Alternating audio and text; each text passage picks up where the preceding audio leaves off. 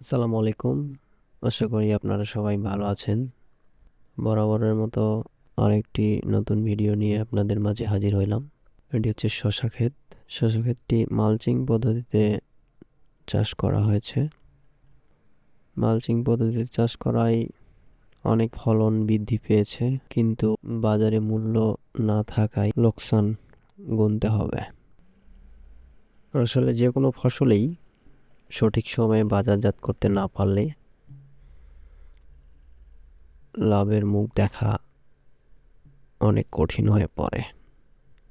শুরুর দিকে শসার দাম থাকলেও এখন তেমন আর নাই। এখন চাহিদাও অনেক কম। তো সব মিলিয়ে আমাদের এই শসা প্রজেক্টটিতে অনেক টাকা লস হচ্ছে।